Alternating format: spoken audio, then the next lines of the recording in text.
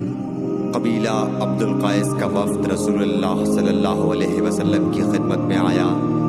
آپ صلی اللہ علیہ وسلم نے دریافت کیا کہ کون سا وفد آیا ہے یا یہ کون لوگ ہیں؟ انہوں نے کہا ربیعہ خاندان کے لوگ ہیں۔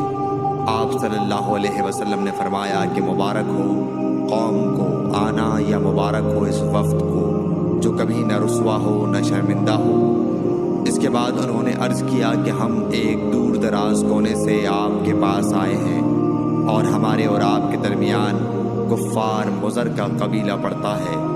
اس کے خوف کی وجہ سے ہم حرمت والے مہینوں کے علاوہ اور ایام میں نہیں آ سکتے، اس لیے ہمیں کوئی ایسی قطعی بات بتلا دیجیے کہ جس کی ہم اپنے پیچھے رہ جانے والے لوگوں کو خبر دے دیں اور اس کی وجہ سے ہم جنت میں داخل ہو سکیں۔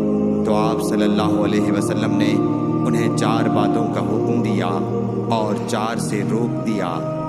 اول انہیں حکم دیا کہ ایک اللہ پر ایمان لائیں، پھر فرمایا کہ کیا تم جانتے ہو کہ ایک اللہ پر ایمان لانے کا کیا مطلب ہے؟ انہوں نے عرض کیا اللہ اور اس کا رسول زیادہ جانتے ہیں۔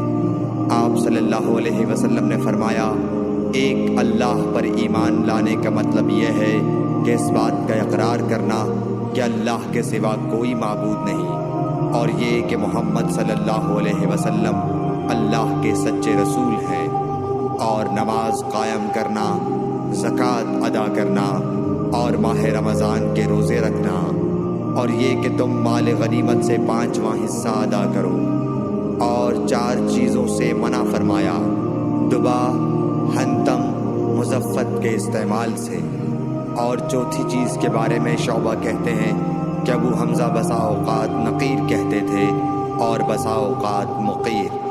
اس کے بعد رسول اللہ صلی اللہ علیہ وسلم نے فرمایا کہ ان باتوں کو یاد رکھو اور اپنے پیچھے رہ جانے والوں کو بھی ان کی خبر کر دو۔ صحیح بخاری حدیث نمبر 87۔